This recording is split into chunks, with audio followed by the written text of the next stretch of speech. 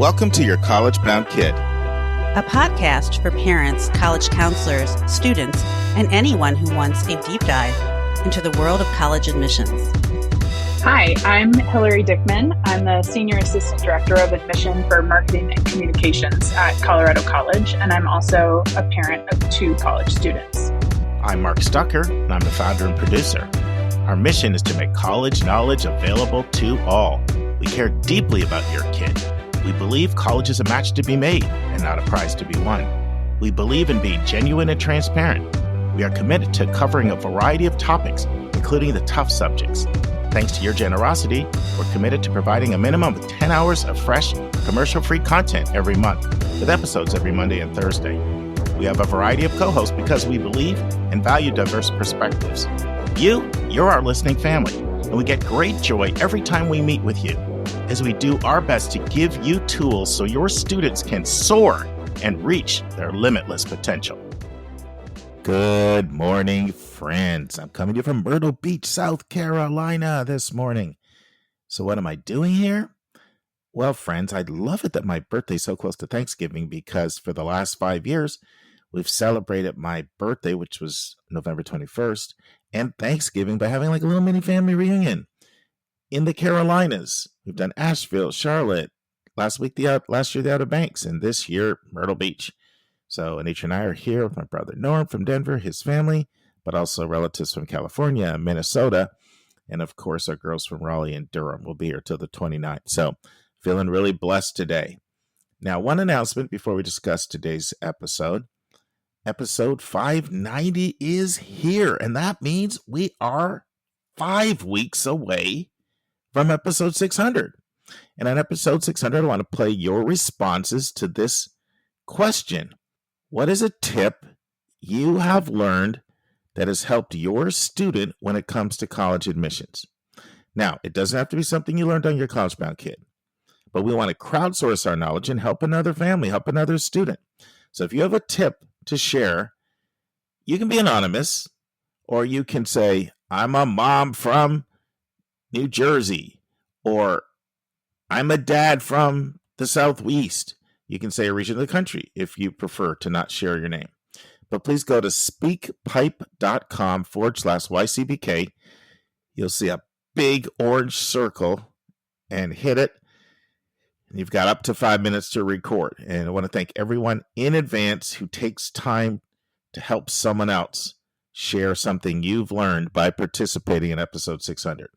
Now, on today's episode, I'm going to further elaborate on 2 things I said in the past week.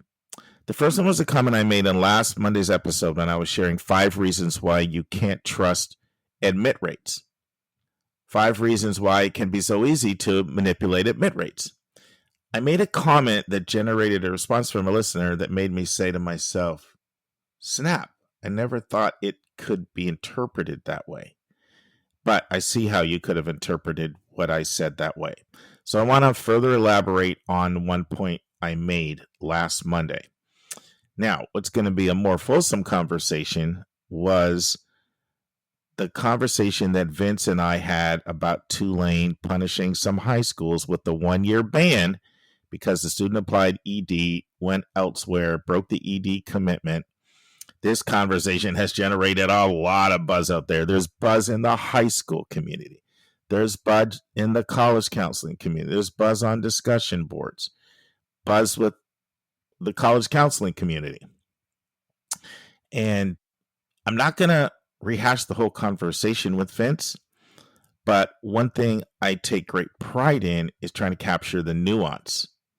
And after listening to all the feedback, I'm convinced there are some more things that I really should have added to that conversation. I want to do that today. So I'm going to be reading 2 emails, one from Sean Abbott, who's Tulane's VP of Enrollment and Dean of Admissions, another one from a member of our listening family, school-based counselor with significant experience both on the school side and on the college admissions side that she sent in. And I want to read her email to you, and then I want to share a few comments about both the email from Tulane as well as the email that we got from a counselor who's a regular member in our listening family. And then there were some other emails that came in, mostly from the college counseling side. And I just want to kind of comment on them. So I just want to say before we get into that, I speak for myself today, not even for any of the other co-hosts, just for myself. I'm just giving you my honest take. You can always count on me being 100% honest and truthful with you. I try to call balls and strikes the way I see it. I've always done that since I started this podcast. But I do want to share this additional feedback that came in. I'll let you know if I agree with that feedback or not. So there's a lot to cover. So think of this as almost part 2 of that discussion. We'll then transition, and Hillary and I will just chat for a while about what is she seeing out there in the admissions world this year. And then we'll answer a question from Debbie, a listener from the Philly area. She's got a follow-up question about the case studies project we aired about a month ago on our Monday episodes. And for our last segment, we will hear the final segment of my interview with Jay Hamilton, author of the outstanding book, You Got In, Now What? It focuses on how to be successful once you're already in college. All right, friends, let's dive right in. So one of the 5 reasons I gave last week as to why you can't trust acceptance rate or admit rates is because there's a fair amount of recruiting to reject going on out there. And I'm not going to rehash all of that.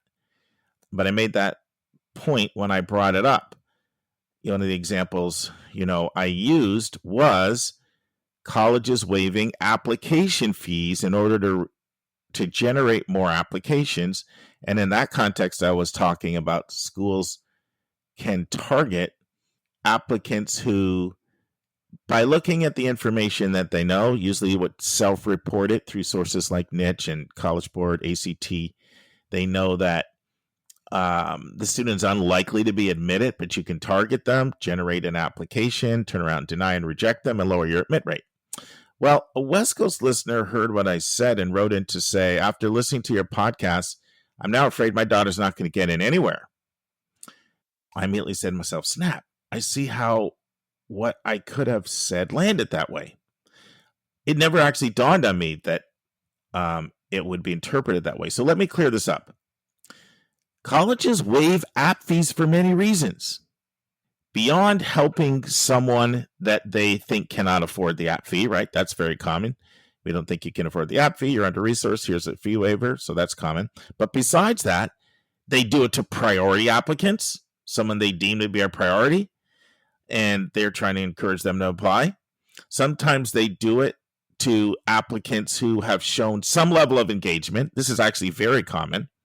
So you're trying to move someone along the admissions funnel, right? Suspect, prospect, inquiry, applicant, hopefully admitted applicant, hopefully deposited applicant. Hopefully you don't melt over the summer. You show up in the fall as an enrolled student. So, right, we call that the admissions funnel. One way to move someone along the admissions funnel is you see someone out there is kind of nibbling a little bit, just like a fish nibbling on your hook if you're a fisherman. And you think, this is a good prospect for actually applying. So send them a fee waiver to increase the probability that we move them along the admissions funnel from inquiry to applicant. So the example I gave was how it could be part of a recruit to reject strategy, the intentionally targeting of someone you're unlikely to admit. But that's not the only reason it's done, nor is it even the main reason it's done. It's not even close to the main reason it's done. Colleges need more applications to give themselves a better chance of hitting their numbers. So please don't think if your student gets a fee waiver, this means they're not likely to get in. It oftentimes could mean the opposite. They could be a priority applicant, or it just could be the college wants to increase their applications, and you've showed significant engagement, so you're a good target. All right, so that's the first thing. I want to spend a bulk of our time on the much more complicated discussion. And once again, if you didn't hear that discussion Vince and I had at the start of last Thursday's episode, I'm not going to rehash it, but I strongly encourage you to go back and listen to it. Or what I'm going to say next isn't going to make a lot of sense. All right, so that's episode 589 in the news. It's the first segment. All right, so I want to start by reading a letter from Sean Abbott. Sean is Tulane's VP of Enrollment and Dean of Admissions. And then I'm going to tell you what I think about this email that Sean sent in, and I'm going to do my best to be objective. Okay, so just by way of background, this was an email that got sent out a lot to the college counseling community. I would have got it when I was at KIP, I'm sure, but now that I'm on the independent side, yeah, I'm a member of all those organizations, NACAC, SACAC, IECA, professional member, all that stuff. I didn't get this letter, but a lot of other people did, and it got forwarded to me. So here's what it says. Colleagues, many of you have seen the recent New York Times article highlighting that we placed a 1-year pause on early decision offers of admission at 4 high schools where students broke an early decision agreement. I hope you can understand why we cannot share details about any particular case, but I wanted to clarify a few points that were not included in the story. We actually released well over 50 admitted students from the early decision agreement last year for financial reasons. And we did so even though we met their demonstrated financial need, because we recognize that meeting one's financial need may still not be enough for some families who need to compare financial aid offers. We released these students from the early decision agreement with no penalty or consequence. The cases where we enacted a pause were instances where students broke their promises that we were relying on without a plausible explanation. The Times quoted a 3-year-old Inside Higher Ed story suggesting we admitted just 106 regular decision students in 2022. That is not correct. The 106 figure was our yield on regular decision offers at that time. Regardless, in the last 3 years, we've doubled the number of regular decision offers to more than 1,100, and we'll extend a similar number of admission offers again this year. Next point. The reporter was also not willing to make it clear that students at the schools in which we have paused early decision offers, they can still apply to Tulane via early action or regular decision. Tulane is one of the few selective universities that offers both ED and EA, and we extend the majority of our admission offers to students who apply through early action, which enables students to apply early and to compare their admission and financial aid offers. Last year, we extended to over 2,300 early action admission officers, and where an ED pause is in place, we would simply guide students to apply EA, which operates on nearly the same timeline as ED. While Tulane is one of the 30-plus colleges and universities in America that typically fills more than half of its class with students who apply ED, the sweeping majority of our actual admission offers are made through early action and regular decision. Last year, 3,400 plus of our 4,600 admission offers, or 74%, were made through EA and regular decision.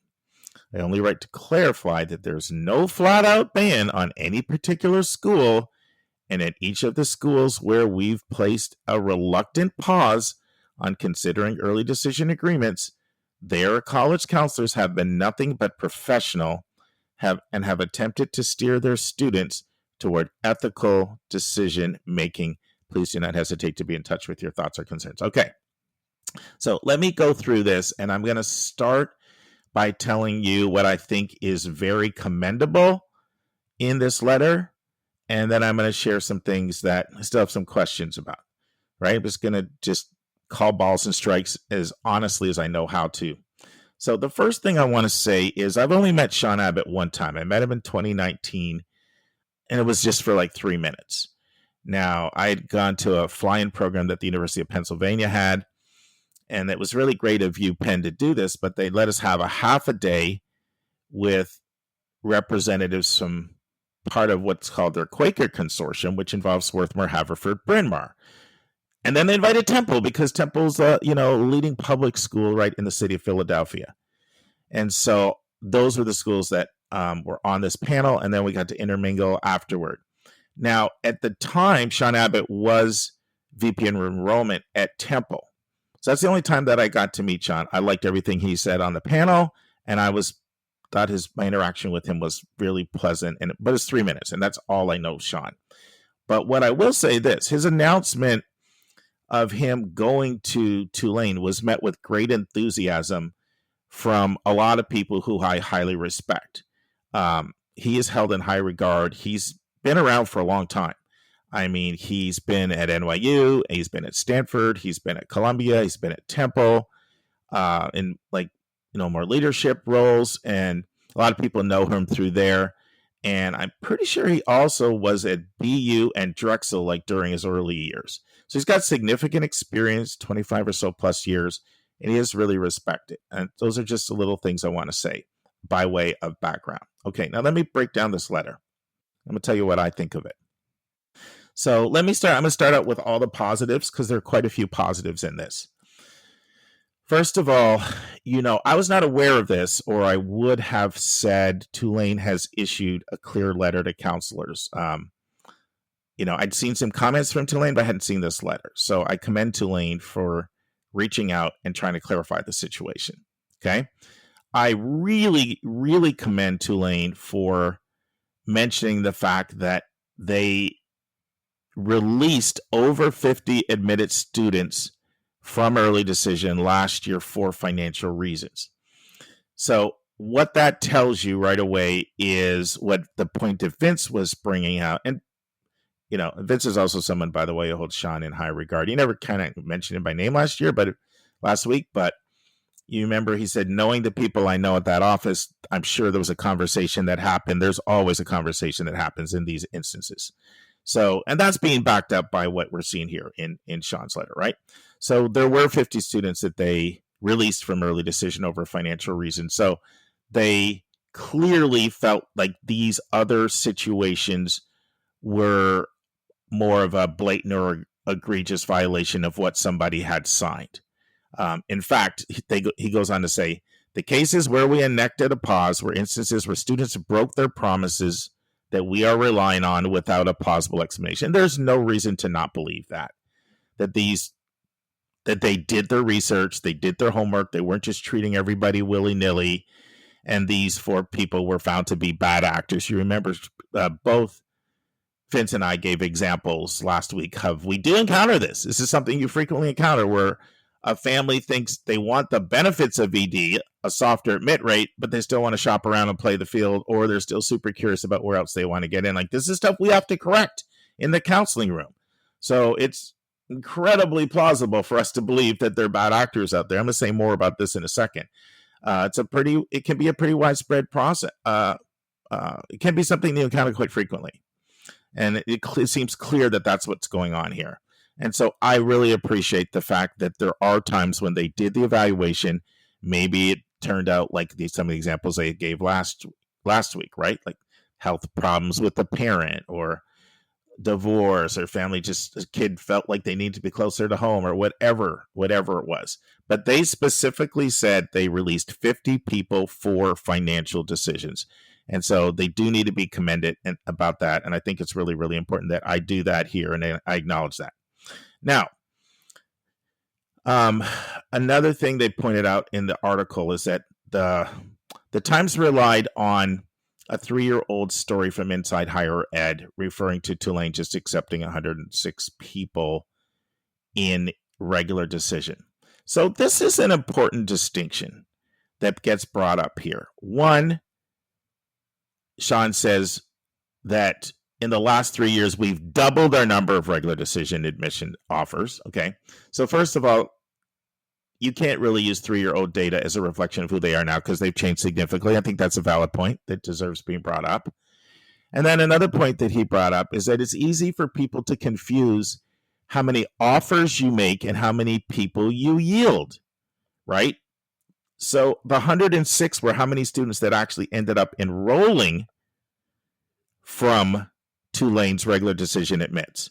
You can do the math, friends. Sean says that we have doubled, and now we're going out with 1,100 offers. So let's just cut 1,100 in half, right? And so they admitted 550, but only 106 enrolled. So they got about a 1 in 5 yield. Remember, yield is the percentage of people that say yes to your offer. So they went it with 550 accepts, got 106. So it's not correct to say they only admitted 106. Okay, we know because he's told us they're admitting 1,100 last year, and will extend a similar number of decisions this year, around 1,100, and it's double what they did back then. Now, do I think that article forced Tulane to take more kids? Yeah, I do, because anytime the New York Times does something like that. Remember when they wrote a big article on how Duke doesn't isn't competitive with their peers when it comes to Pell Grant students. And I knew that was going to change the next year, and it sure did. So sure, I'm sure the Times article is one of the things that kicked Tulane in the butt to take more kids, but it might have been many other things. I don't know. They might have done an internal assessment and said we're not taking enough there.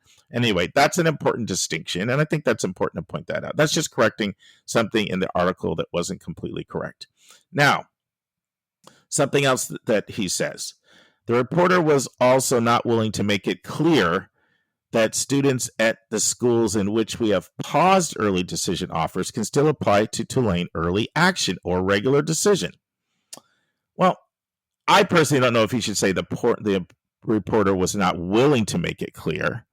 I would have said the reporter didn't make it clear, but that's maybe, distinction without a difference for some people. So the point he's making here is this, and that, and this seems to be really main thrust of one of the main reasons why he wanted to write counselors. We are not saying to these 4 schools that we banned them from applying ED that you can't apply other ways. We have other ways. We also, and he goes on to say, we're one of the 30 colleges and universities that fill more than half their class with ED, but we're one of the few selective schools that have EA and ED. I would say it's not just a few, it's a growing number of schools that have EA and ED that are selective. We could name up a bunch of them here, but I'm not going to do it. We've done it in the past. So he really wants to get the message out. Friends, don't think that if you're at one of these schools, you're banned from Tulane. And then he shares some actual data, which I appreciate. And Tulane has done some good jobs of transparency. We've featured them before on our podcast for their transparency. And I love the transparency with the numbers here. He throws numbers out. Last year, 3,400 of our 4,600 offers were made through early action and regular decision. Okay? So, but here's something that I want to say here. Like, how that lands on a family is very different, right? So his point is we're still more than most of 3/4 of our admits are admitted through early action and early decision. True. But the acceptance rate for ED, and we shared this data last week, Tulane had the biggest ratio of ED acceptances to regular decision acceptances, right? It's about 11-1. So that's not necessarily comforting. If you're at a school and you're told, okay, you can still apply regular decision just because you're banned, but understand the acceptance rate's around 5% for regular decision. Last year was around 11 for early action, and it's about 55 for early decision.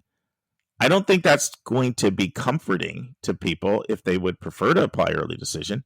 It's important for him to point that out. I think it's fair to point it out. It's statistically accurate, but I don't think that that's comforting. If you're someone who'd want to apply ED and now you're told you can't because your school got put on probation, it got put in the penalty box for a year.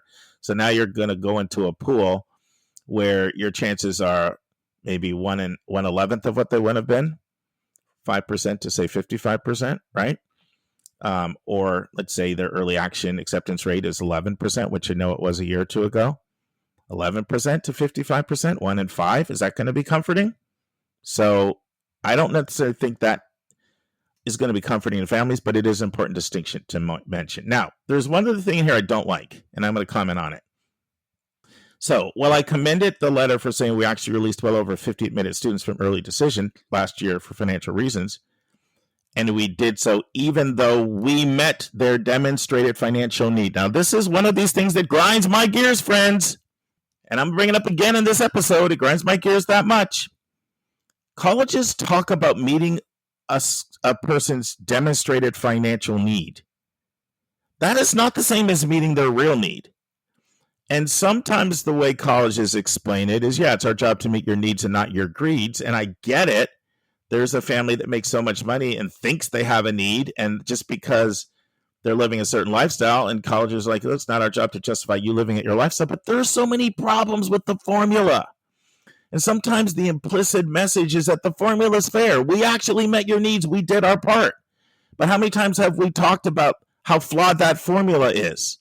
Okay? I'm just going to give one example because I'll go off on a tangent. But the FAFSA doesn't look at higher cost areas at all. The CSS profile, which Tulane uses, it has a small adjustment for higher cost areas, but it's very small. Can you compare the cost of living in the Bay Area or Manhattan to a place like Kentucky or Ohio or Missouri? You can't compare that. So to say when a school says we met your full demonstrated need, it's because the formula is jacked up. And that's oftentimes completely not meeting my real need. So I didn't like that. And then there's another comment here. And by the way, this is so commonly done by schools to act like we meet your full demonstrated need. The way a family hears that is, oh, you're going to meet my need. And even if you say, which many do, using our formula, not what you think, people still cannot believe how much schools expect them to pay of their discretionary money toward college. It shocks 90% of people. All right, so there's another thing here I don't like.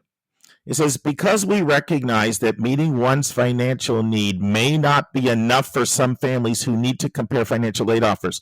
I don't agree with that jump in logic. So basically what it's saying is, even when we meet your need, there may be a family that needs to compare financial aid offers. Now, it did go on to say we released these students from the early decision.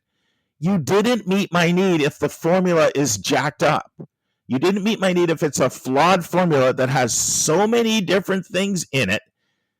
You know, another example, what if you have a family that is committed to tithing at their church?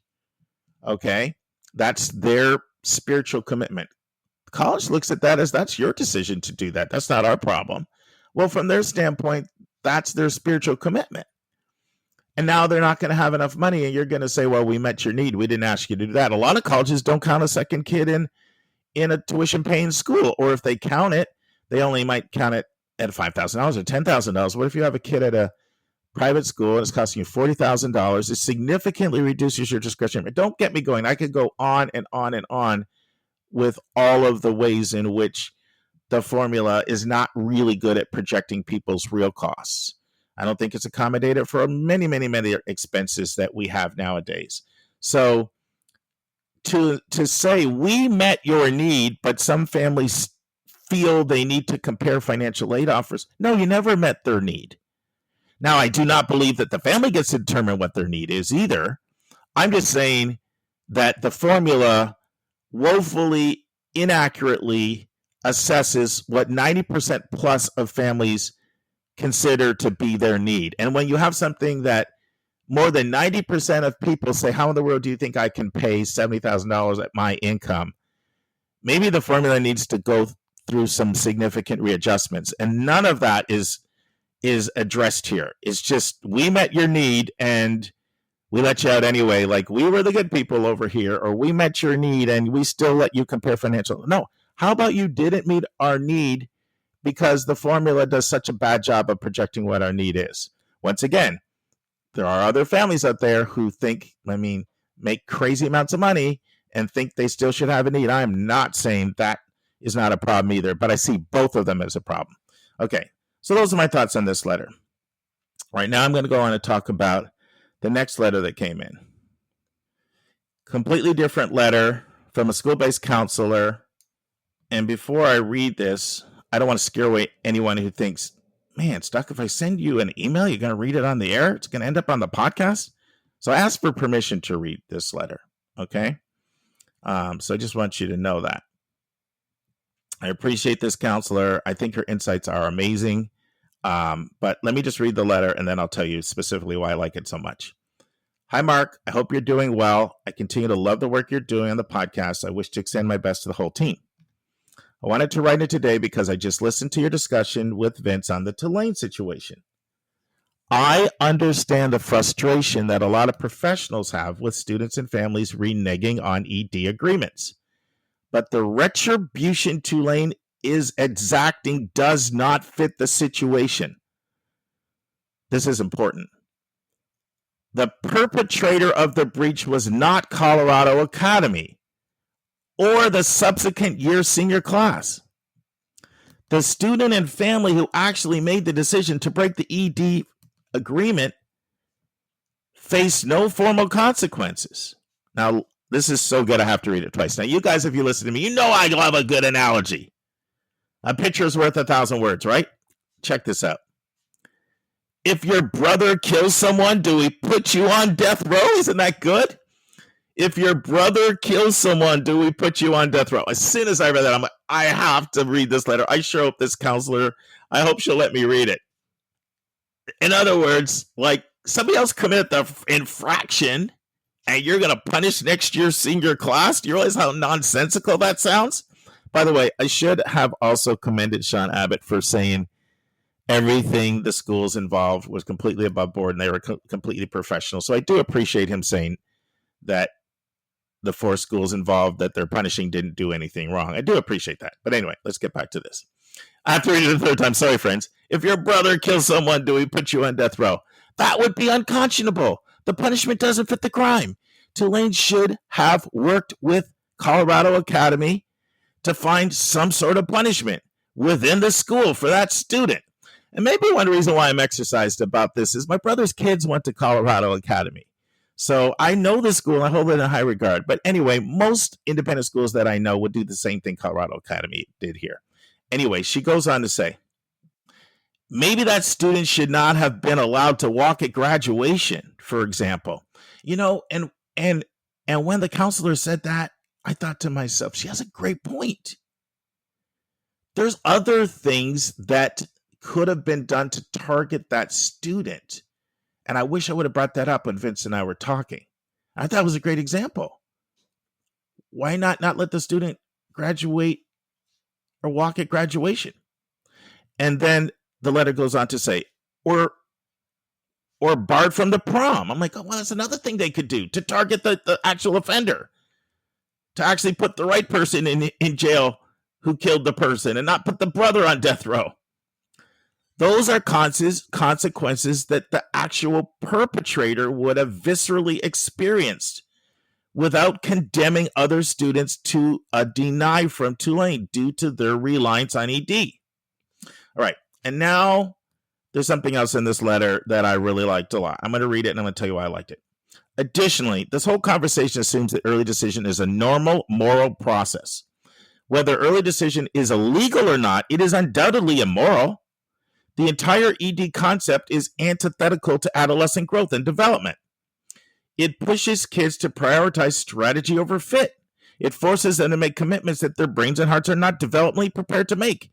In many states, we don't let 17-year-olds get married, even with parental consent, because we recognize that they cannot enter into legal agreements with a clear mind. The intense stress and anxiety emanating from this structure is actively harming our children, and we're somehow siding with a multi-billion-dollar entity over a child? It's frankly absurd to me. We should always be on the side of what's in the best interest of kids and not for the bottom lines of these institutions that are run by cabals of billionaires and centimillionaires, aka board of trustees. I didn't even know that word, centimillionaires. I had to look it up. It's somebody worth $100 million. I always appreciate the thoughtful conversations you all have, but this issue is pretty clear to me, and it surprises me that more professionals in our field are not calling out this unethical system. With admiration for all you do, is how she signed the letter. Now, listen, let me tell you why I like this point so much. I feel like sometimes when I've had a conversation about early decision, I feel like I've done this twice now with Vince. I feel like my position has been, even if it's banned, they're going to find a way to work around it. So it's almost a futile venture to take them on. Like you're going to have, people tacitly telling schools like, this kid's coming, this school's not coming. Like, I just don't see a world in which schools are not going to find ways of who they think is going to come. And they're going to factor that into their evaluation and put an extra thumb on the scale. And I've had a very fatalistic mindset about it. But I think this counselor is spot on. I mean, God has given me a platform through this podcast, and I want to use it toward a more equitable system. And every single thing that she said is correct. It's just correct. I just have to read part of it again. Whether early decision is illegal or not, it's undoubtedly immoral. The entire ED concept is antithetical to adolescent growth and development. It pushes kids to prioritize strategy over fit. It forces them to make commitments that their brains and hearts are not developmentally prepared to make. In many states, we don't let 17-year-olds get married without parental consent because we recognize they cannot enter legal agreements with a clear mind. The intense stress and anxiety emanating from this structure is actively harming our children. We're somehow siding with the multi-billion-dollar industry over our child. Everything is correct. It's completely immoral. Why should people who have the luxury of not having to compare financial aid offers, which is a very few minority of the population in this country, get to go into a system where you have 11 times more likelihood of getting in than if you don't? And listen, I know that's an embellishment. One, Tulane and Northwestern are the only two schools that are close to 11 times to 1. Plus, we talked about it before. You have to take out things like recruited athletes and the fact that the ED pool oftentimes is stronger. So it's really not truly 11 to 1, even though it's 11 to 1 statistically. But nevertheless, it's a massive advantage at places like Tulane. And those of us on the counseling side see it's a massive advantage, right? Whether it's 11 to 1 or it's like 5 to 1, whatever the actual number is. Now, two things can be true at the same time. I counsel people to apply ED. I've told you guys this before. My oldest daughter applied ED to Davidson. My youngest daughter did not apply ED. Of course, she didn't apply to schools that had ED. But so I would be a hypocrite to say in railing against ED, I still don't utilize it because I utilize it in my own family. And there are many times that I do advise students that ED makes sense for you. So I still work within the confines of the broken system that we have. Two things can be true at the same time. Our tax system can be flawed, but you still might have to do things because it's the tax system that we have. So, I had a meeting that a family that I'm working with, and I have so much respect for this family. This is a family that is very well resourced. And the mom wanted to set up a meeting with me, and she said, I'm just really struggling with this ED thing. I'm just struggling with the morality of it. It's bothering my conscience. Like, it's just not fair. And I'm in a position where we can afford to do it, but the system just feels so unjust. And I just so appreciated her sensitive conscience to what is right and what is wrong. So every single thing this counselor said on this was correct when it comes to this. And I think I need to be using my platform to talk about it more in this context. While at the same time, as long as the system exists, if my job is to help you, and there are going to be times when I'm going to advise people that ED makes sense. So two things can be true at the same time. Anyway, thank you so much, counselor, for sending this letter. All right, now there's some more. I got more responses either from admissions folks or other counselors. I'm going to read a few other things in comment. Okay, so something came in from a Midwest counselor. I want you to hear what he had to say. The net price calculator is a tool more than half of prospective students can use.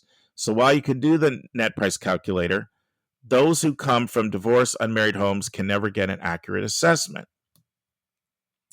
I do think when you complete a net price calculator at colleges that meet or not meet need, there clearly is an estimate. So families should not think that this is a for sure number.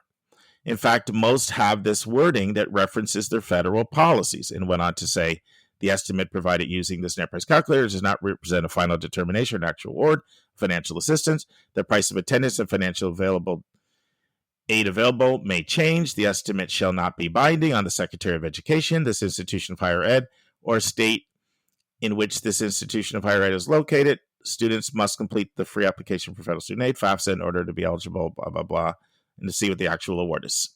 So basically, this counselor is saying, I think it's clear that it's an estimate. I think that colleges make that plain and clear in their writing. And you guys know I'm always going to call balls and strikes the way I see them. I do not agree with this, because even if there's fine print there, that is not the verbal language people hear. Here's what people hear. They hear things like, oh, we have my intuition, so you can get a general rough estimate, because people our research shows a lot of people don't complete the net price calculator. So if you do my intuition and you get a general estimate, looks good, go ahead and do the more accurate net price calculator. What does somebody hear when they hear that? Oh, the net price calculator is accurate. Here's another thing they hear. What I said before, we meet full demonstrated needs, so you can have confidence that we're going to take care of you. That is clearly implied. The way schools say, we meet your full demonstrated need. It clearly is, it's intended to signal you can have confidence in applying to us that we're going to do you right when it comes to the aid award. So even if there's fine print there, I don't agree that it's clear. And I think what might be happening here is this counselor may not be thinking about all the people that don't have somebody to guide them, that are just doing this on their own or with the help of a parent. And I don't think it's clear at all. So I just disagree. I'm just being totally honest with you. But I wanted you to hear another perspective that came in, that colleges are acting above board. They make it clear that the calculator is only an estimate. And I wanted you to at least hear that. It came in, and you can make up your own mind on that one. There's another response that came in from a female counselor on the East Coast. I want to share this. What Occidental did is par for the course at most colleges. Most of my students who have to pull out of ED for financial reasons appeal to the college because their formulas are different for the net price calculator. Or the student's family is divorced, owns a business, home equity. The college cannot meet the need of the family by their own formula. Most of my students who pull out for financial reasons indeed get the take it or leave it offer after a couple conversations of appeal. Sometimes they'll get like an extra 2 to 10,000 more, but it's still not enough. Okay, several things about this. One thing I would say about this is this situation we've talked a lot about on the podcast, how net price calculators are often not reliable if you own your own business, right? When a lot of things like untaxed income is treated very differently by the school's financial formulas versus how taxes treat it. We've talked about that a lot. We've also talked about you got to be so careful in divorced, unmarried, never married situations with calculators. But I don't see everybody out there saying that really clearly. I hear some people say that. And in fact, when they say it, I appreciate them. I applaud them when they say you got to be careful with calculators.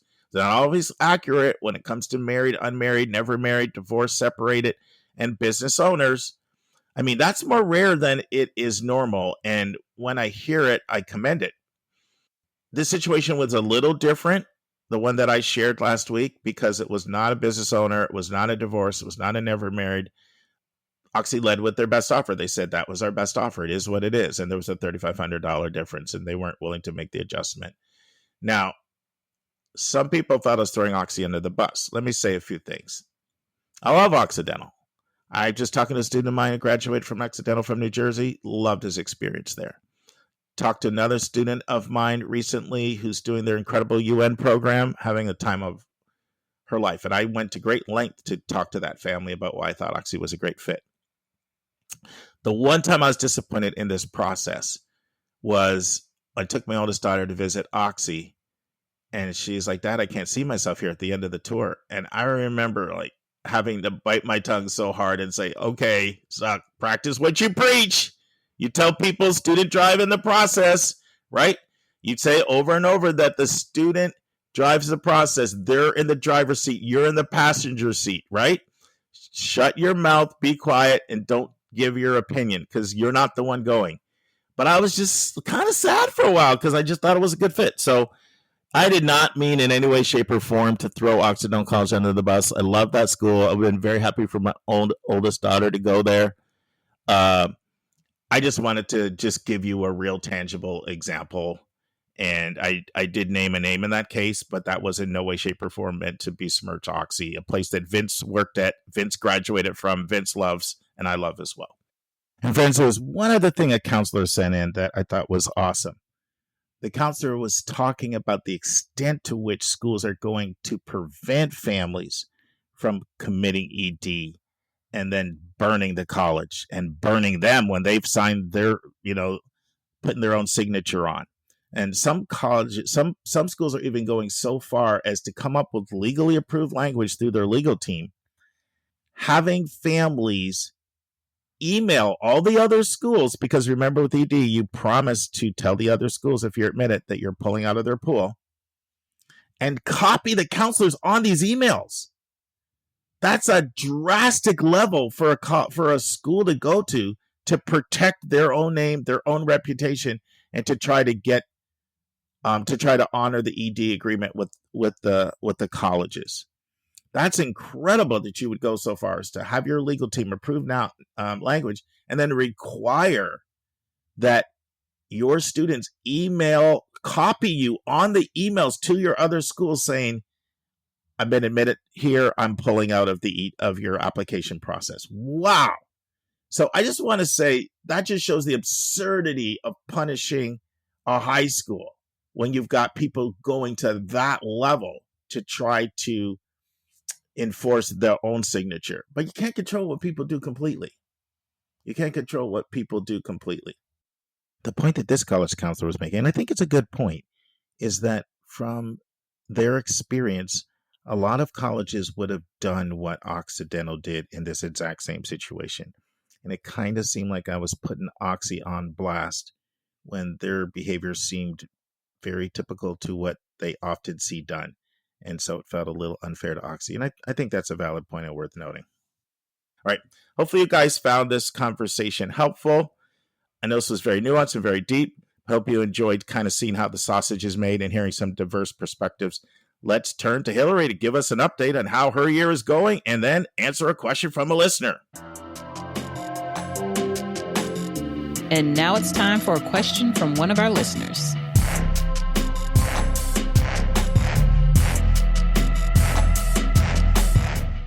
Hi, Hillary. Hey, Mark. How are you? I'm good. I hear you're done admission travel. Is that completely all the way till the spring? Yeah. I won't go out again until probably April.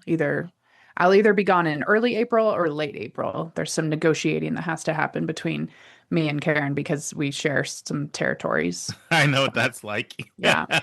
Everybody has their territories they like more than others. Yep. So, have you cut back on that? Like, I know you told me you were done like October 22nd in a conversation we had offline. Like that feels a little early for me.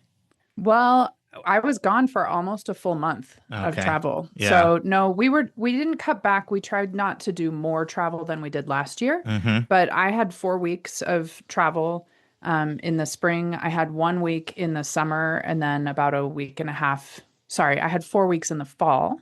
Right. A week in the summer and about a week and a half in the spring. So that's pretty typical for me. Sure. But I guess what I'm saying is your whole entire team done October 22nd? Nobody goes out after that? Oh. Nope. Everybody has to be back by then because we start reader training. Since we have a November 1 deadline, we've got to be back for reader training and to start reading files because we release ED decisions the second week of December. And we have to have all of our EA decisions completed before we leave for winter break because we don't read over winter break. So, so it's a lot of files to get through in what ends up being a month, a little bit less than a month of reading time because we also are supposed to take Thanksgiving off the whole week. The whole college shuts down. Yeah. And listeners, I mean, it's a growing trend, but it's still a minority of schools that have ED and EA. Yeah, I think part of the reason is because there's so much reading to do in EA and you just don't have enough time to get it all done. So we are really feeling the squeeze right now. And we're supposed to read 20 files a day or in our partner teams, 40 a day. And there are more than that in my territory. So if I want to be able to get eyes on all of my files, I have to read significantly more than that. So yeah, it's just a lot of work to be done between November 1 and December 1, really. So we have to come back early from fall travel. And when do you send out your notifications? And I should know that because so ED goes out the second week of December. And EA in the past we've always released EA the third week of December, but we're pushing it back to January this year. And part of it is because it'll give financial aid more time to finalize those packages so that those, last documents that we're asking for, we can get. But also, it gives students more time to withdraw their application because it is really important that when students are admitted early decision somewhere, that they withdraw their application from their EA schools. And we often will find that students are withdrawing their application within like 10 seconds of opening up their EA. They'll decline it, right? Not withdraw it. They'll decline our offer. So we know that those students have been admitted somewhere. Right. So this gives them a couple weeks to withdraw their application so that we're not sending out offers to students who can't come. Well, that's why I asked you about the notification, because just with the busy workload, I was going to say, does it make sense to push the date back a little bit? Yeah, it's interesting. Like because we really refuse. I know that there are colleges that read over winter break. We refuse to read over winter break. That is something that our office is really kind of stubborn about in the best way. So we will have all the reading done. The decisions will be finalized. But if there's additional financial aid work that needs to happen, that can happen. But it did used to sort of get backed up because we were having to pack all of the admit boxes, because we send out pretty substantial boxes of like swag to students who are admitted. And that is also expensive. Sure. It's expensive to send those out to students who are then going to withdraw or decline the app or withdraw the app. So it just gives us a little bit more breathing room, saves a little bit on our budget, makes things a little bit kind of less crazy in the middle of December. So for those who may not understand all the reasons, you certainly gave one reason right there, but what are all the reasons why it's important that someone who's accepted ED lets the EA schools know they're not coming? Yeah. We want to know if you are not coming by you withdrawing your application, so that, number one, we'll have an idea of whether we can admit more students, right? There might be students who are on the bubble who we're going to be deferred that we could pull up if we know that we have more space in the class. It helps us on the cost side because then we're not sending out swag to students who are going to say no to us. You signed a contract that said that you would withdraw your application if you were admitted somewhere else ED. And then it also really helps with our numbers, right? Like that means that we're not admitting, our admit rate doesn't go up, and we're probably talking like very incremental, right? It's it ends up being a small number, but that helps our admit rate stay accurate, I would say, to the number of students who actually are considering, who were admitted and can consider coming to CC. And when you go out with your ED offer, do people get, if they're applying for aid, do they get notification of their aid package right away? Yeah, we don't admit students if we can't also. Okay, we don't admit students who've applied for aid if we can't also send them their aid package at the same time. So if there are students who we know that we want to admit, but we can't send them an aid package, then we will have one-on-one conversations with them and say, hey, we're not going to be able to complete the process of evaluating your application until we have all of your financial aid information, because we want you to get an admit letter at the same time as you get your financial aid package. That's not the same everywhere. I know when my daughter was admitted, my younger one, to other schools, it sometimes took a few days or up to like 2 weeks to get the financial aid packages, but we really want our students to have the financial aid package at the same time as they get their admit letter. Yeah, I wish everybody would standardize that process because, for me as a counselor, like I will literally tell my students that apply ED if they're applying for financial aid. I will tell them not to tell you the rest of your schools until you see that the money like somewhat matched the net price calculator or you're comfortable with it. Yeah. Right. And so then that puts can hurt another school like you're sending out the swag because another school admitted and they're still waiting on money. Yep. And I just wish that would be something where the whole college landscape could get on the same page on. Yeah. We really prioritize ED apps the week before November 1 and the week of November 1. We try to get through all of the ED apps that we can so that then our financial aid office can go to work on creating those financial aid packages, because if they have to go back to the family and ask for additional documentation, that can sometimes take a couple weeks to get everything that they need. So it's really important for us on the admission side to finish reviewing applications, finish reviewing ED applications, so that our financial aid office knows which students they're supposed to be creating packages for. So one more question before we get to a question from a listener here, Yeah. Hillary. Anything you're seeing or observing out there this year that feels any different at all than other years? I'm putting you on the spot. Yeah, QB has been interesting this Mhm. year. Our QB applications are down. Questbridge, everybody. Yes, Questbridge, which is a big scholarship and big national scholarship program. Our Questbridge applications are down this year, and we're not really sure why, and they're down significantly. So that has been sort of a strange thing for us this year. Our international apps are down, which we expected. And we're down a little bit in domestic apps, not nearly like with Questbridge or international. So we're not sure whether that's going to pick back up in ED2 and regular action or not. But that has been sort of an interesting change for us this year. Okay, Hillary, we have a follow-up question about the case studies. Yeah. So, and this is from Debbie outside of Philly. I'm going to play her question and get your thoughts. Okay. Hi, this is Debbie from outside Philadelphia, and I had a question about the case study. Layla, the third candidate, had not waived FERPA, and I had thought from reading online that was a really significant thing to colleges, but I didn't hear anybody mention it at all during the case study. So would you mind letting me know whether Layla not waiving FERPA was actually no big deal and we shouldn't worry about it quite so much? Thank you very much. What do you think?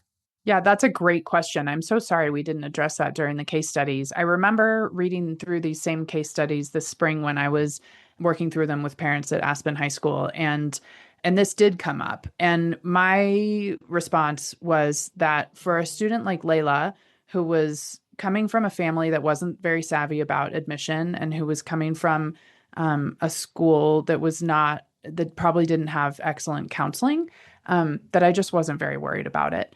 If this had come from who was the male identifying student? So who we had was Alana. Like doing debate. Alana was the Alan. one. Alan was the one that I'm thinking of. Yes. If this had come from Alan, I probably would have looked a little sideways at it. Like Alan already seems to me like maybe a little bit shady. And so like I would have been slightly alarmed, and it would have looked worse in that context, right? Where Alan seems to have really good counseling and he kind of knows what he's doing through this process. I would have been more nervous about it. But with Layla, it didn't even occur to me to be worried about it, because I can't imagine what it was like for her trying to figure out this process. And she probably didn't have anyone to coach her on what FERPA means or why she should waive her rights or what it looks like if she doesn't. Now I'm starting to get confused because Alana was the one who was the more under-resourced from New York City, right? Oh my gosh. Why? Here's my question, Mark. Yeah. Why does this case study have 3 kids with names that all have all the same letters in them? I know you said before that you confused Why didn't I change the names? I know you said before that you confused Alana and Layla. You said that before. It's still happening. I'm so frustrated right now. So I don't know if that changes anything on your answer or not, but because Layla and Alan were both, fairly resourced. Yes. And Alana was the one that was not. And was Alana the one who didn't check the... So our listener said it was Layla. Oh. Yeah. Oh my gosh. I don't know. I'm so confused, Mark. Well, why don't you just answer it rather than going back to the case study? Because I think that people are just trying to learn. Why don't you talk in general how you respond if somebody doesn't waive their FERPA rights? How is that interpreted within the office? Yeah. You don't have to worry about confusing the L's anymore. We'll remove that context. There's too many. I only remember seeing one file in the 5 years that I've been reading where a student didn't waive their FERPA rights. And it's possible that others have come across my desk and I just didn't notice them. This particular student was a very well-resourced student who honestly just seemed a little bit shady. He seemed like not the nothing that I was reading in his file made me feel like this kid was going to be a really fantastic community member. And so then seeing that he didn't waive his FERPA rights made me feel like he was trying to hide something. So I have a feeling he's not at CC right now. he's not at CC. So I think that I think as a general rule, you're better off waiving your FERPA rights all the time. I don't know that we always notice whether or not a student waives their FERPA rights. But when you do notice, it does kind of make you question, like, why would a student do that? And if it's a student who's not savvy about the process, it's really easy to dismiss that. If it's a student who is clearly very savvy, coming from a very well-resourced high school, or zip code or whatever, then it kind of makes the hair stand up on your neck a little bit. I would think you would see it a bit more, only because when students first bring it up with me, they're like, am I supposed to do this or not do it? And once I explain to them, then they always, everybody commits to waiving. But when I think of a person completely navigating this process on their own without any help, I could see how some of them would just sort of say, this seems a little like uncomfortable to me. Like, but this is where most of the time I have a vantage point that might mirror what you see, because I see a lot of different people from different backgrounds and I see it. But sometimes it doesn't, because I'm kind of catching stuff on my end and I don't always know what slips through. Right. I'm Googling it right now because I want to know what percentage. Yeah. See if you can get an answer. Let's see. See if you come up with something. Common App. That would be pretty cool. See whether there's an answer. There's no publicly available data on the exact percentage. Of course. But then there's a description of why it's recommended and how to waive your rights. So yeah, I'm sure that we probably have data in the back end of the Common App in our little portal where I could see what percentage of students waive their FERPA rights. But I don't know. Maybe I know I have been harping recently on how quickly we go through the application. So I'll have to maybe just pay more attention to that box and see if I notice it more often than I think it's supposed to be there. Sort of a protection for the teachers, right? Because they don't necessarily want I if I were writing the recs, I would want to know that the student wasn't going to be able to see the rec later, even if I'm saying really nice things. Like, I don't know. There's, to me, that sort of tradition of a teacher being able to write about you however they want without you reading it. I sort of like that. And I also know that there are lots of teachers who will write the letter and submit it and give you a copy. And I think that is lovely when a teacher wants to do that, but I don't think they should have to share it with you. Yeah, I used to do that sometimes, but when I wrote them, but I was always a little bit, well, if somebody came and saw this recommendation letter, somebody else going to say, can I see mine? Yeah. So I thought that it was a bit risky, but I only did that about 2 or 3 times a year. But, I don't have a lot of patience for not waiving, because one thing about this process that is different, like with boarding school, you had to have your most recent English and math teacher do the recs. So that was a requirement. Yeah. And so there would be lots of people that would be like, well, can I get somebody else? Like, I don't know, like here you have so much flexibility. Go find somebody who likes you. Right. So when you can go find somebody who likes you, and then you still are a little iffy, that's a little questionable to me. Yeah. But I understand sort of the nature of a student's curiosity, right? Sure. Like they are just by nature, they want to know what people think about them, especially the people they admire enough to ask for a rec. So I get it why students would be curious, but yeah, your best bet is to waive your FERPA rights. No, I totally get why they're curious. There's some people, I don't know if this surprises you. Every year I have a few people, the reason they don't apply ED, it's not even financial. It's just they are so curious. Like where else they were. Where am I going to get in? Yeah, like, and also sometimes it's like, I didn't want to do all this work and not find out, because I get in an ED and then I have to cancel everybody out. So, I mean, curious minds want to know, as they say. Yep. Yeah, that's understandable. It's human nature. Awesome. All right. Thanks, Hillary. Okay, friends, it's time for the final part of my interview with Dr. J. Hamilton, author of the book, You Got In, Now What? And now this week's interview with a special guest.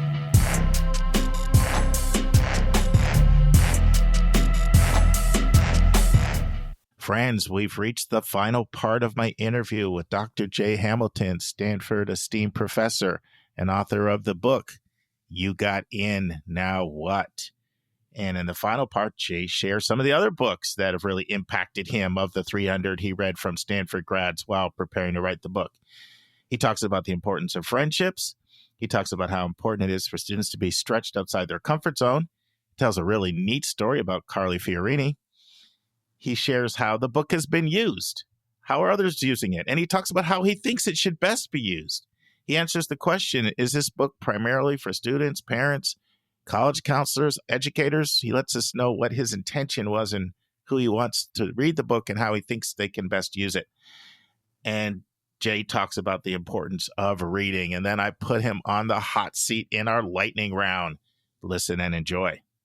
I love that idea that you mentioned of reading the speeches or listening to the speeches of university presidents.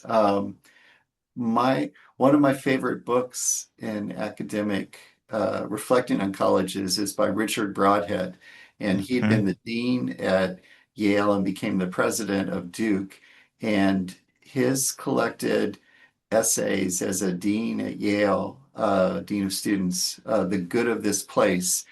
I've read that 3 times. It's just amazing. He's an English professor, so he writes really well. But to your broader point, one of the functions of a university president is to tell a community what values are important, to sort of welcome people in. And every year, there's a Buddhist saying that says the flow of the river is timeless and the water is never the same. And that really describes colleges. So every year you have new people flowing in.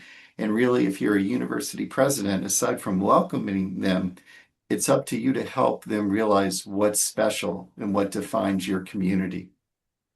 Yeah, and the way that I like to use it, it's a very, very common essay in the admission process to be asked, why are you interested in our school?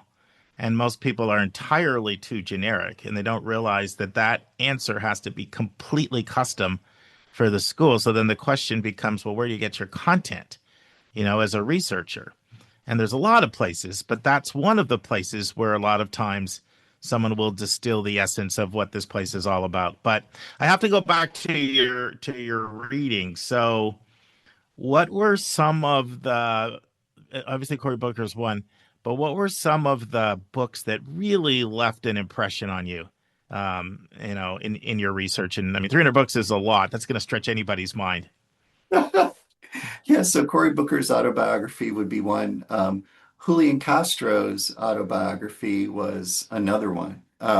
He was the youngest member of the cabinet under President Obama, had been the mayor of a city. Yeah. And he really writes, there's a Stanford tradition that when you come up to your Frosh dorm, all of the RAs have memorized your face and your name. And so you're greeted. And what struck him right away was they pronounced his name correctly, Julian. And that really nobody else does, yeah. Yeah, it was a great sign to him that, these people are thoughtful. And then in his autobiography, he has this great scene where he's at his first party in college and everybody's drinking. Not everybody's drinking, but a lot of people are. He doesn't drink, but he gets a red Solo cup and goes to the bathroom, fills it up with water, and then circulates and pretends. And then at the end of the evening, he said, I don't want to go through college pretending. I'm just going to be who I am. And that's one of those things where that in your first month at college, you're going to feel adrift because you're starting over. And sometimes for students, it's very hard for them to think about, is it me? Is it this particular college, or is it college in general? And I'm here to tell you that, I've seen this thousands of times. It's college in general. Going from high school to college, you have to make new friends, but you have to be open. You have to be open to new ideas and new experiences and new people. So that sense of discomfort that you have, that Julian Castro had, that is one of the best parts of being in college. But I have to say, what's different from when you and I were growing up is Hmm. that there's this safety net of the phone. And so what Sure. I see sometimes now is I remember the first time I saw it at new student orientation at Duke, where a student, I could actually see this happening. They were feeling like other people know each other. I'm going to go to my phone and I'm going to text a friend from high school. And that network is good, but you really need to force yourself to meet people. The way I tell students is even take an underload your first quarter or semester and Hmm. treat making Hmm. friends as a class because it takes time and it's going to be really important. Well, this is good. We had Daniel Chambliss on not too long ago, author of the book, How College Works. Professor emeritus now at Hamilton after 40 years. He's a Yale grad, class of 75, but he really focused on this a lot in his book, how important friendships are. He did a 10-year study, got over $1 million grant from the Mellon Foundation to do the research. And he hits that piece hard, and he talks about a lot of professors don't understand, how important that the friendship component is. It's nice to see you guys both coming at it that same way. So when you were doing all your reading, were you looking a lot to see what was it about college that shaped these individuals? Because it seems like you like to do autobiographies, and it seems like you're trying to address those formative years and see what was the magic that happened in those years. Sounds like that's a big part of what you were trying to unearth. Am I correct? You are. You're exactly correct. And one of the advantages of reading things that are reflective is that life is lived forward but understood backwards. And so Hmm. you can actually see people realizing what was most impactful, what really mattered to them. And then Hmm. also as an economist, I then want to see the data that back that up. So one of the Hmm. things is that choosing your major is not choosing your career. And people in their first year feel compelled to know what their major is right away. But if you step back, there's great Federal Reserve data that shows that only about a quarter of people work in an occupation directly related to their major. So if you're an architect, you probably major in Hmm. architecture, but Hmm. that link is not strong for other occupations. And in fact, more than 90% of employers will say what's really important is your ability to think critically, to communicate clearly, to deal with uncertainty rather than what your specific major was. And when you read people's autobiographies and then you also look at the data, you'll see that, yeah, that decision that you make about your major, that's not in our society going to determine exactly what your career is. Yeah, and you have a chapter named just that in this book. Mhm. We had Dr. Jenny Griffin on our podcast, who's in a unique role at College of Worcester. She's really sort of dean over all of the different support services that they have. And when she was on, she said something I'll never forget. She basically said, I don't want to put words in her mouth, but in effect, it was like my blood boils every time an adult asks, a student, like, what are you going to do with your life at 18? Like, you're supposed to know. Like, go discover and let it come alive. But the pressure we're putting on these kids, and sometimes I'll see it in the counseling room.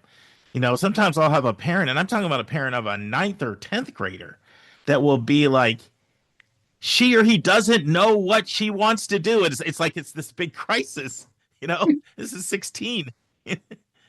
And it's really what happens is when through the Common App, through the other things we ask high school seniors, we're basically taking a snapshot. Here's what you see yourself as right now, what you might like to do. But once you get to college, it's our job to shake that up, to have you Mhm. re-examine, because we don't want you to Mhm. be guided by who you think you are when you are 18. We want you to take new classes and we want you to meet new people. And that should have a liberating effect on you. But it's interesting that what you talked about in Cory Booker's book, he says, when I was in high school, I knew what I wanted to do, play football, get all A's, do volunteer work.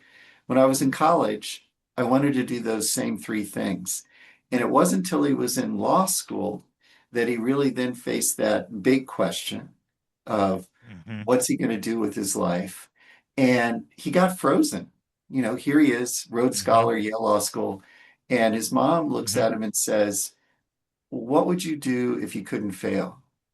And that was a liberating question to him because then he thought, well, if I knew I was going to succeed at what I was doing, I would go into politics because I want to make a difference in people's lives. So to me, that's a very liberating question. And it also involves rejecting other people's scripts for you because you mentioned parents of ninth graders or 10th graders. One of the things that's going to be important when you're in college is, you shouldn't really live another person's script for you. You're going to be the author of your own life story. And that's one of your chapters that I like the most. You literally call it "Don't Live Another Script," and you tell a story in there. You remember that story? I thought it was powerful about Carly Fiorini and in law school. Do you want to talk about that? Because I thought that was a powerful Yeah. story. Yeah. So I love that. So Carly Fiorina's dad had been not only a lawyer, but a law professor and a federal judge. She felt great pressure to go to law school. In fact, she did initially, but she dropped out because she realized that's his dream. That's not my dream. And one thing that I thought was really also fascinating, and this came from a commencement address that she gave, is that for her, and she went on to become CEO of Hewlett Packard, very successful in business. She said her most important class in college was on medieval religious philosophy, because in that class, they had to read 400 pages a week, and they had to distill it into a 2-page summary. And that was a process of she would go to 10 pages, 5 pages, 2 pages. She said that's what a CEO does. They get a torrent of information and they synthesize it. And she was very happy in her career, but it all starts with, actually in her book, she talks about early in her first semester in law school, she's visiting home, she's in the shower, and she realizes, this isn't my life, this law school thing. And it's interesting, another counterpoint, another Stanford alum, Sandra Day O'Connor, her parents didn't want her to go into the law. They wanted her to get married. And she went to Stanford undergrad, Stanford Law School, couldn't even get a job at a legal firm other than somebody offered her a legal secretary job when she graduated. But through her persistence, she became the first female justice on the Supreme Court. But again, contending parental admonitions. And each of these people, Carly Fiorina and Sandra Day O'Connor, sat back and said, this is really my journey, my life. I'm not going to have my parents as the external audience. One of the conversations that I had, it was 1988, so we're a while ago now, and it was with someone at our church. It was living in Westchester, Pennsylvania at the time, and I was talking with a young couple, the mom who was like maybe 31, and she was doing this program at UPenn. It was a joint MD PhD program. And she said, I don't know how I'm going to be able to have the life I want to live. She wanted to really spend time with her kids and pour herself into that. And I'm coming to the realization that since the age of 5, I felt I needed to be a doctor to please my parents. And she was trying to figure out how to kind of get off that train track right now, but she felt stuck because she's in this MD PhD program. And so I thought about that when I was reading that chapter that you wrote on, don't live somebody else's script. Another thing, it really did hit me right between the eyes. You open your book right in your introduction. Your very first line, right out of the gate, is "What would you do if you could not fail?" Really does make you think. Were there any other sort of epiphanies that you had when you're either reading the 300 books or thinking through and digesting, what you were hearing, either messages that, boy, multiple people seem to be signaling this, and anything, sort of hit you with a lightning bolt there of inspiration? Yeah, I was really struck by the need to remind people expect setbacks because uh, reading people's autobiographies, for instance, there's a person who wrote that they got a D in genetics or a C in first year writing or a C on their first essay. The D in genetics was Dianne Feinstein. Her dad was a doctor and he wanted her to Mhm. be a doctor. And she said eventually, no, my heart's not in this. I'm going to major in political science. And then she had a great career as a US Senator. The C in first year writing, that was Atul Gawande, who went on to become a MacArthur Genius and a best-selling author, and a C on the first essay, that was Stuart Brand, who was a National Book Award winner. And the common theme there is that where you start in college is not where you're going to finish. And again, it goes back to your point about Carol Dweck and the growth mindset, looking at these Mhm. challenges as a chance to stretch rather than an indication about how smart you are. So, Jay, how has this book been used by others, and how would you like it to be used? Do you see this as parents should read this, high school graduates should read this, college students should read this? Tell me your ideal group you'd like to see read it, and how are you seeing it being used out there? So when I wrote it, I was thinking that it would be for that fallow period, that summer before you go to college. And I Hmm. realized also that it probably could even be earlier. It's like after you've submitted all your applications, because there's this downtime. I think that it helps you think about a strategy. And uh, it came out of March. I've actually been able to talk to students now who have read it. And one student emailed me the night before her first class in college, and she said, I was nervous, but I really feel like I can handle it in part with the lessons from your book. And as an author, when you're writing, your readers are never knocking on your door. You don't know who they're going to be.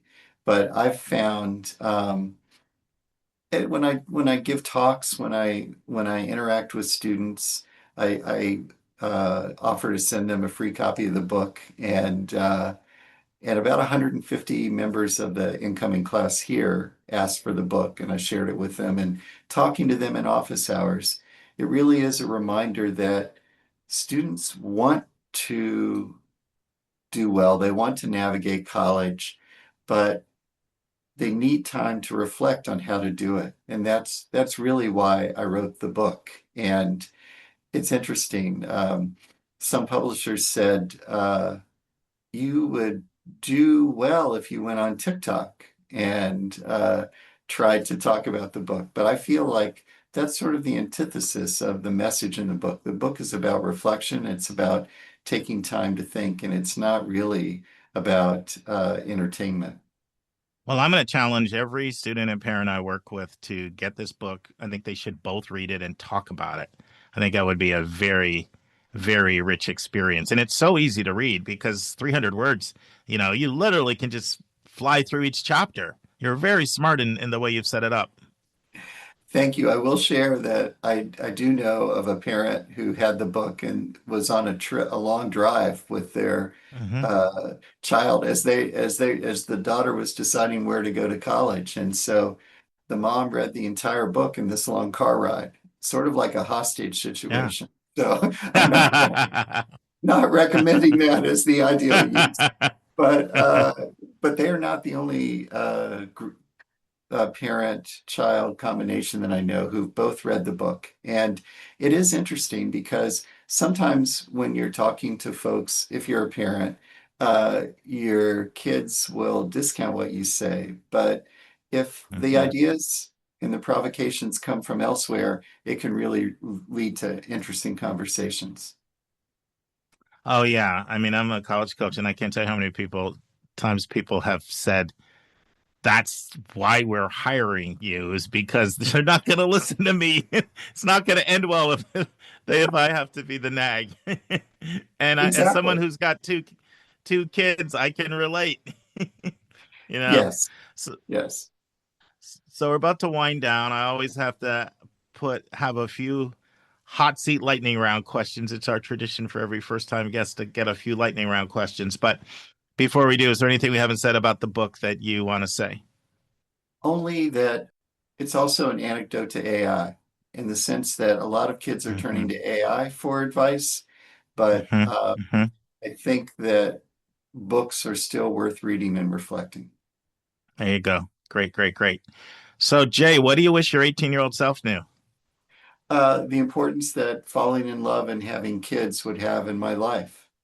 It's really Ah, been the most rewarding thing for me. And I'm so thankful I'm an academic because I was able to spend more time with my sons and my wife as my sons were young.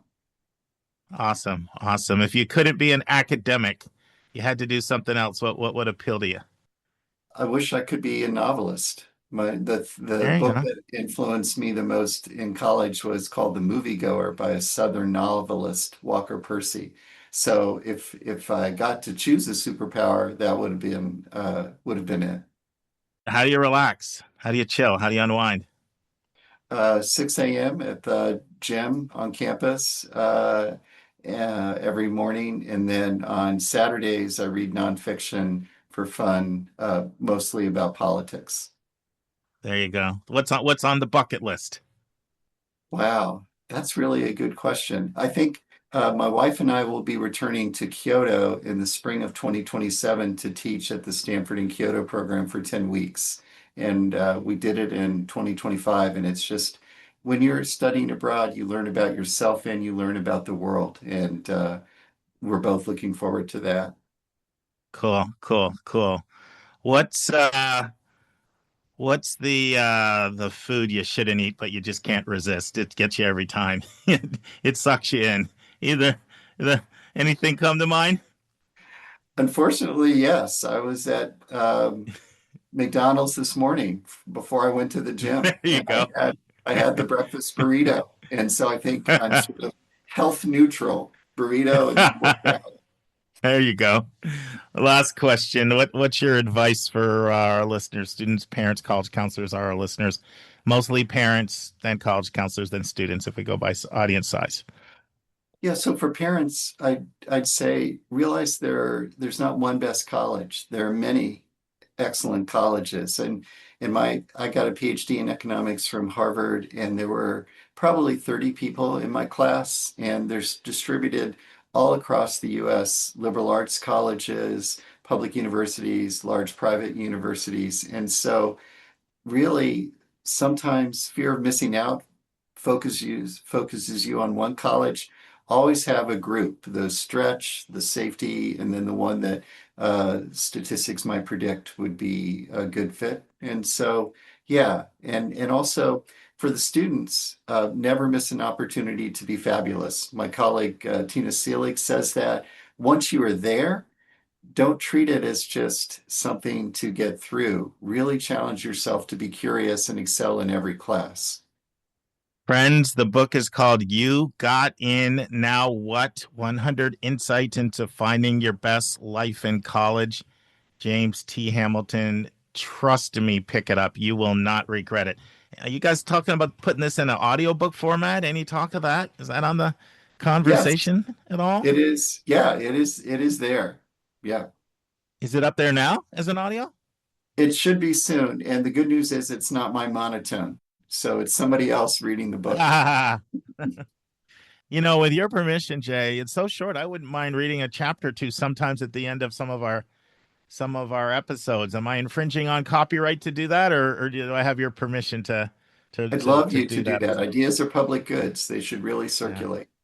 Listen, you've been most generous with your time. This has really been a pleasure. And once again, thank you for writing such a fantastic book that I really hope our listeners will go out and buy. It's the best book I've read in 2025. So thank you for your excellence. Thank you so much, and thank you for reading. On Thursday's episode, Vince and I just talked about college admissions like we often do, but we record our conversation for you to listen in.